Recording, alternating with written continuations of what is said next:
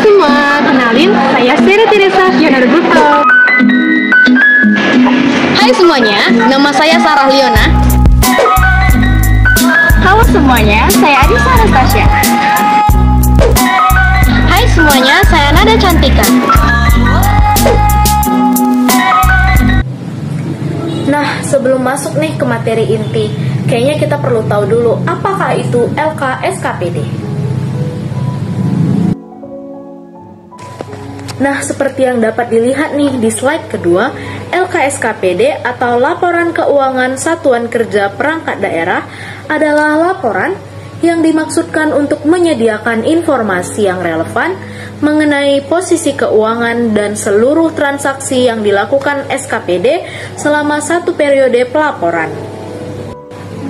Di samping itu, laporan SKPD juga digunakan untuk membandingkan realisasi pendapatan dan belanja dengan anggaran yang telah ditetapkan, menilai kondisi keuangan, dan menilai kinerja SKPD sendiri, serta membantu dalam menentukan ketaatannya terhadap peraturan perundang-undangan yang berlaku.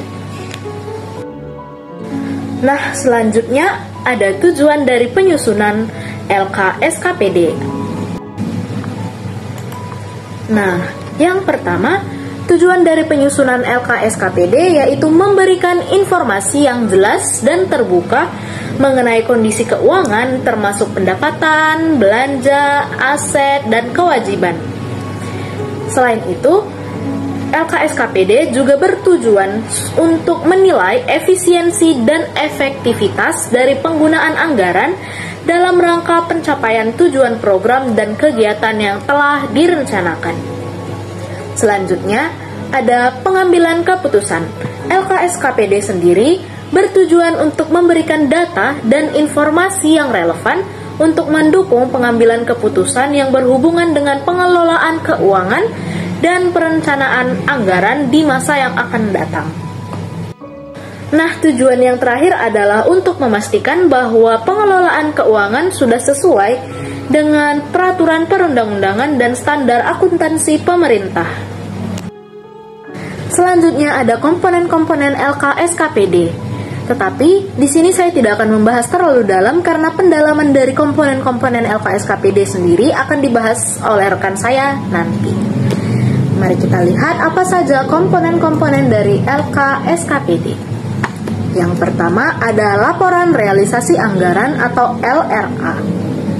Yang kedua ada laporan operasional atau LO. Ada laporan perubahan saldo anggaran lebih atau SAL. Ada neraca. Kemudian ada laporan arus kas. Dan selanjutnya yang terakhir adalah catatan atas laporan keuangan.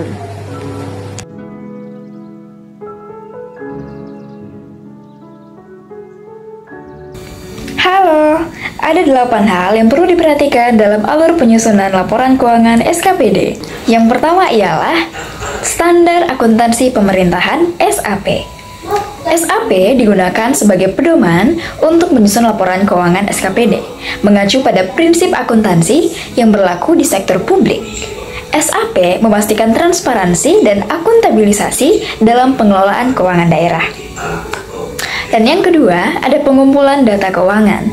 SKPD harus mengumpulkan data keuangan terkait penerimaan dan pengeluaran, termasuk pendapatan daerah, kemudian belanja daerah, dan transaksi lainnya. Data ini harus valid dan sesuai dengan dokumen seperti SP2D, faktur, dan lain sebagainya. Dan yang ketiga, ada klasifikasi transaksi. Setiap transaksi keuangan yang terjadi diklasifikasikan sesuai dengan jenisnya, seperti pendapatan, belanja, atau pembiayaan. Klasifikasi ini mempermudah penyusunan laporan keuangan dan membantu pemangku kepentingan dalam memahami alokasi anggaran. Dan yang keempat, itu ada neraca saldo. Neraca saldo dalam SKPD menunjukkan keseimbangan antara jumlah debit dan kredit, yang mencerminkan posisi keuangan SKPD pada suatu waktu.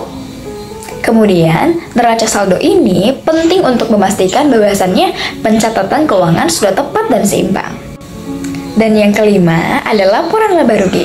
Laporan laba rugi di SKPD berfungsi sebagai pelaporan penerimaan dan pengeluaran yang terjadi dalam periode tertentu. Ini berfokus pada selisih antara pendapatan belanja yang menunjukkan kinerja keuangan SKPD. Yang keenam, laporan arus kas. Laporan arus kas menggambarkan aliran kas masuk dan keluar yang penting untuk menunjukkan likuiditas dan kemampuan SKPD dalam memenuhi kewajiban keuangannya. Arus kas ini bisa berasal dari aktivitas operasional, investasi, atau pendanaan. Kemudian yang ketujuh, ada analisis dan interpretasi. Setelah laporan keuangan disusun, dilakukan analisis untuk mengevaluasi kinerja dalam keuangan SKPD. Ini termasuk perbandingan dengan anggaran, pengendalian biaya, dan pemantauan atas efisiensi penggunaan dana. Kemudian yang kedelapan, ada review dan koreksi. Proses review dan koreksi dilakukan untuk memastikan bahwasannya laporan keuangan sudah sesuai dengan standar akuntansi yang berlaku dan data yang disajikan sudah benar. Kemudian koreksi dilakukan jika ada kesalahan atau kekeliruan dan ketidaksesuaian dalam pencatatan atau penyajian laporan keuangan. Halo semua, kita akan masuk ke topik landasan hukum penyusunan laporan keuangan. Yang pertama ada Undang-Undang Nomor 17 Tahun 2003 tentang keuangan negara. Di undang-undang ini yang menekankan pada pentingnya transparansi dan akuntabilitas dalam pengelolaan keuangan negara dan daerah. Semua entitas, termasuk SKPD, harus menyusun laporan keuangan yang dapat dipertanggungjawabkan. Yang kedua, Undang-Undang Nomor 1 Tahun 2004 tentang Pembendaharaan Negara. Dalam undang-undang ini mengatur tata cara pembendaharaan yang harus diikuti dalam pengelolaan keuangan negara. Dalam konteks SKPD, undang-undang ini menuntut penerapan sistem akuntansi yang baik untuk menjaga integritas keuangan. Yang ketiga, Peraturan Pemerintah Nomor 71 Tahun 2010 tentang Standar Akuntansi Pemerintahan atau disebut SAP. SAP didefinisikan sebagai pedoman akuntansi yang mengatur penyajian laporan keuangan pemerintah. Jadi peraturan ini menetapkan prinsip-prinsip akuntansi dan jenis laporan keuangan yang harus disusun. Yang keempat, Peraturan Menteri Dalam Negeri Republik Indonesia Nomor 64 Tahun 2013 tentang penerapan standar akuntansi pemerintahan berbasis akrual pada pemerintahan daerah.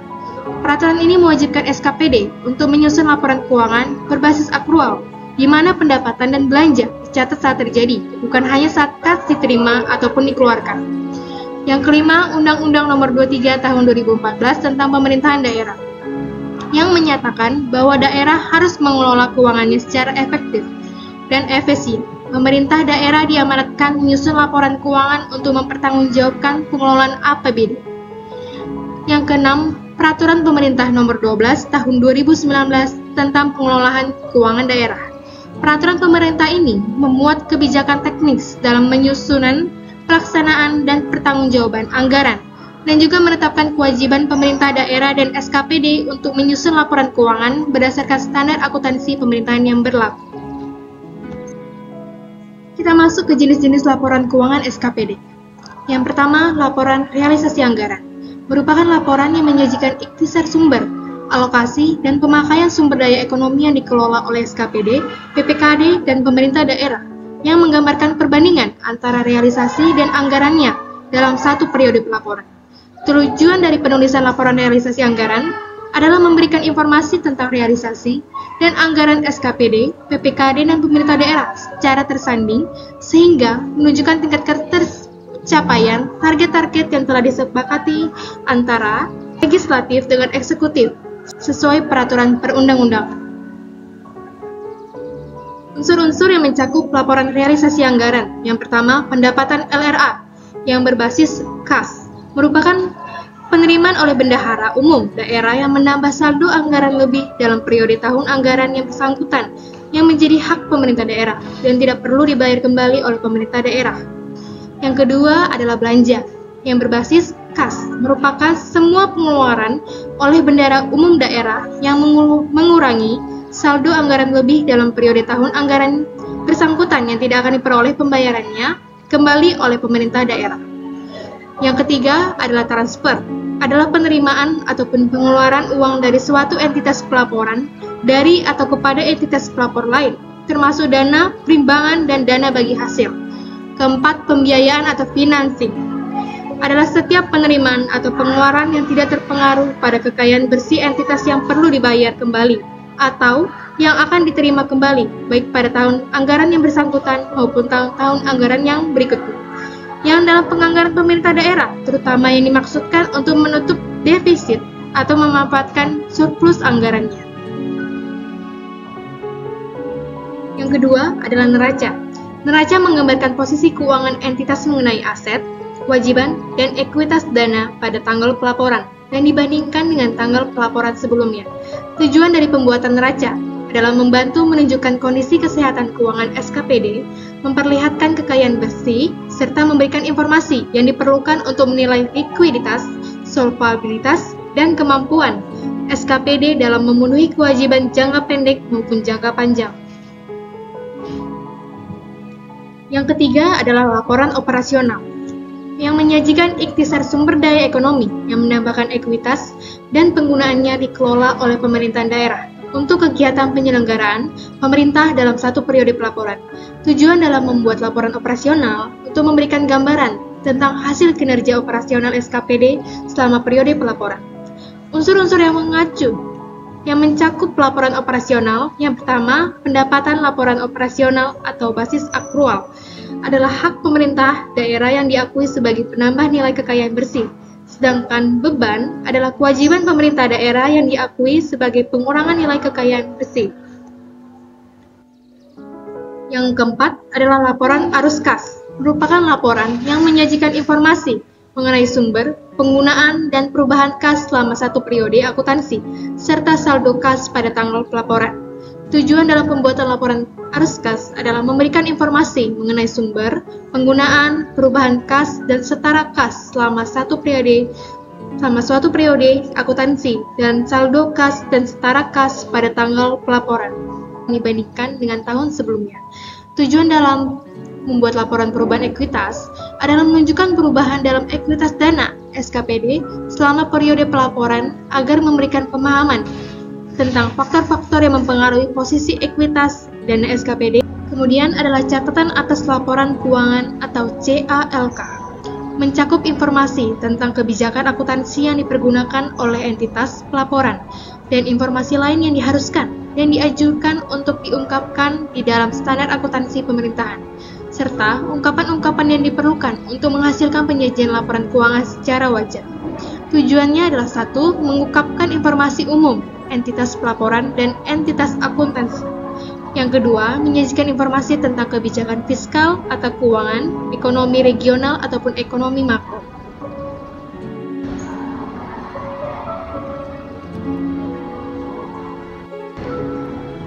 Kemudian adalah catatan atas laporan keuangan atau CA. Yang ketiga adalah menyajikan ikhtisar pencapaian kinerja keuangan selama tahun pelaporan berikut kendala dan hambatan yang dihadapi dalam pencapaian target. Yang keempat adalah menyajikan informasi tentang dasar penyusunan laporan keuangan dan kebijakan-kebijakan akuntansi yang dipilih untuk diterapkan atas transaksi-transaksi dan kejadian-kejadian lainnya. Selanjutnya kita akan masuk ke dalam contoh laporan keuangan SKPD. Berikut sudah ditampilkan neraca saldo sesudah penyesuaian, dimulai dari kas di bendara penerimaan sampai kepada pendapatan pajak reklame laporan operasional. Yang pertama, kita akan menyusun laporan realisasi anggaran.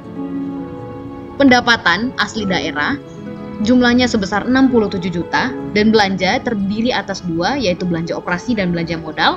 Belanja operasi totalnya sebesar 31.950.000 dan belanja modal sebesar 55 juta.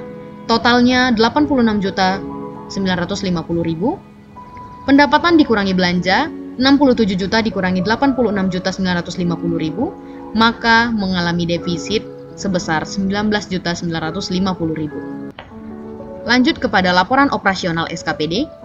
Pendapatan asli daerah sebesar 65 juta. Beban sebesar 56.300.000.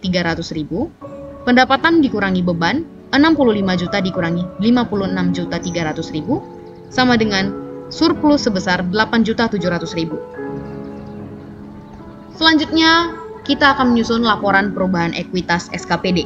Dimulai dari ekuitas awal yang kita dapatkan dari trial balance after adjustment atau neraca sesudah penyesuaian sebesar 362.500.000. Ekuitas sama dengan laporan realisasi anggaran ditambah laporan operasional sebesar 28.650.000. Ekuitas SAL mengurangi sebesar 19.950.000. RK PPKD-nya diambil dari Trial Balance After Adjustment sebesar 27.650.000, maka ekuitas akhirnya sebesar 398.850.000. Selanjutnya, kita akan menyusun laporan posisi keuangan atau neraca SKPD. Di sisi kiri pencatatan aset dan di sisi kanan pencatatan kewajiban dan ekuitas. Dari sisi kiri, aset, kas di bendara penerimaan sampai kepada akumulasi penyusutan gedung dan bangunan, totalnya sebesar 402.250.000. Di sisi kanan, kewajiban dan ekuitas totalnya 402 juta.